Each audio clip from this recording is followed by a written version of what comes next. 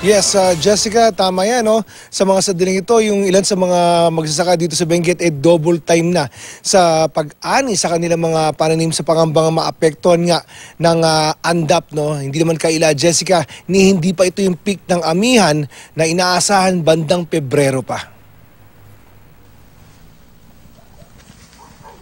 Namumuti at halos magyelo na mga dahon ng repolyo dito sa Atok, Benguet nang datnan namin kayo na madaling araw. Ang temperatura bumagsak sa 10 degrees Celsius. Alas 5 na madaling araw, madilim pa, nandito tayo sa may Atok, Benguet, no, kung saan napapaulat yung andap o yung pag-frost ng mga pananim. At ito nga tayo, titingnan natin, katulad to, itong mga produktong repolyo, no, kung bagawasan mo, hindi agad, no, hindi mo agad makapansin, pero pag hinawakan mo na, mararamdaman mo na yung pagtigas ng yelo. Bagay na ikinababahala ng gusto ng mga magsasaka rito, gaya ni Mang Clayton, na inabutan namin naghahanda ng anihin ang mga pananim na patatas. Ito, tinaman ito ng ng andap, kaya naging ganyan. Naging ganito.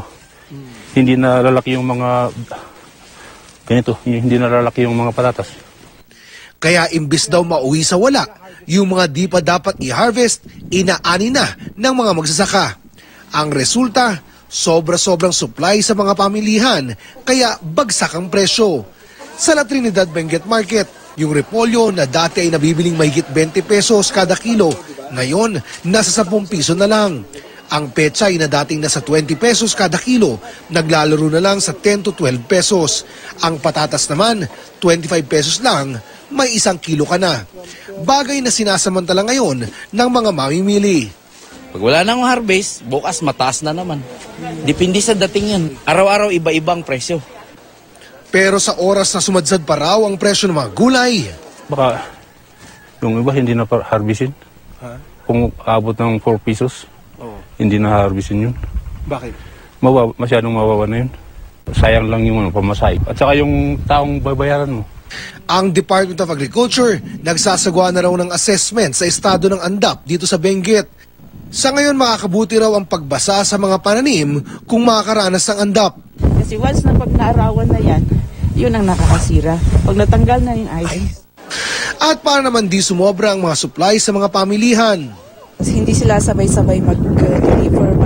Kasi pag for example, kasi pag carrot or patatas, pwede mo naman hindi mo na i-harvest kasi nandun naman sa loob ng lupa, di ba? Halos mag-zero visibility naman sa ilang bahagi ng Bontoc-Banawi Road dahil sa makapal na hamog. Ilan tuloy ang nahirapang makadaan at napilitan na lang itabi ang kanilang mga sasakyan. Yes, Jessica, gaya nga nasabi natin kanina, no, ni hindi pa ito peak ng amihan na season, no? Kaya asahan na talaga magiging malamig pa sa mga susunod na araw at payungan ng LTO sakali makasalubong itong mga talagang makakapal na hamog, maiging itabihin muna ng sakyan at hintayin mag-clear ang dadaanan bago ipagpatuloy ang biyahe. Jessica? Alam mo, Oscar, nakakapanlumo, no? Nakakaawa yung mga magsasaka dyan sa Benguet. Lalo pa ito yung mga naompong, no? Naperwisyo yung mga itinanim nila nung dumating yung ompong, na landslide pa sila. Nagtanim sila ulit, umaasang makababawi, pero wala pa rin kasi inabutan naman ng andap at oversupply, so ang baba ng presyo. Yes, tama yun, Jessica, no? Yung nawawalang kita sa kanila, no, dahil bumabagsak nga yung presyo, iniinda talaga nila yan, Jessica. Kaya nga, kaya na nakita natin, no, si Mang Clayton, talagang double time, tinatry niyang i-harvest na yung mga harvest niya, mga patatas, no, sakaling maisalba. May pinapakita siya sa atin, Jessica, hindi ako masyado marunong dyan sa bagay na yan, pero pinakita niya yung mga dahon ng pananim niyang patatas, no, nakikita doon yung pagkasunog, no, bunsod ng andap, indikasyon daw ito na naapektuhan yung pananim. Ganun pala yung, Jessica, pag nasunog na itong parting dahon, indikasyon na magkakaproblema na sa growth, no, yung paglaki ng produkto niya. Ang problema nito, Jessica, hindi na niya maibibenta ito nung presyo na dapat sana inaasahan niyang mabibenta dahil hindi lalaki ng ganun kalaki yung produkto. So yun ang iniinda nila, Jessica, no, yung mga produkto nila na dapat sana ay maibibenta nila na sa magandang presyo, yung presyong inaasahan nila, napipilitan silang ibenta sa talagang napakababang presyo and malaking pagkalugi yon para sa ilan natin mga magsasaka dito sa Benguet, Jessica. Ang mahirap, no, Oscar, wala namang crop insurance para sa mga gulay. I don't think meron silang ganun diyan, no? In the meantime, paano kaya makakabawi itong mga magsasaka natin dyan? May assistance ba o subsidy o tulong in any form na maibibigay ang gobyerno? O kung hindi man, yung mga NGO siguro, mga private organizations, may maasahan ba sila? O wala na lang, hayaan na lang nilang malugi itong mga magsasaka dyan?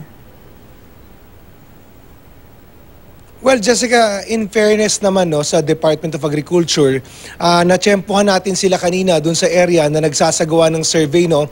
Ina-assess nila yung sitwasyon, yung estado ng mga magsasaka dito sa Benguet. At pag-aaralan daw nila kung gaano kalaki o gaano kalawak yung extent ng damage sa dinudulot nito sa mga magsasaka ng Benguet at doon lang nila mapagpapasyan kung anong ayuda o may ayuda bang kailangan silang iabot sa mga apektadong magsasaka, Jessica. Kasi alam ko matagal nang pinag-uusapan, dapat may mga greenhouses dyan para hindi sila vulnerable sa weather changes at yung pag may bagyo. Pero I doubt kung, meron naman ako nakikitang mangilan-ngilan no, na mga greenhouses dyan, pero kakaunti pa lang. Sana naka-greenhouse ng karamihan para hindi sila laging vulnerable sa weather disturbances, Oscar. Yes, tama yan, Jessica. Kanina, gaya mo, Jessica, may napansin din naman ako mga greenhouses dito sa area. Pero yung mga nadaanan namin, particularly, kapansin-pansin, ito yung mga bulaklak, no? Hindi yung mga gulay.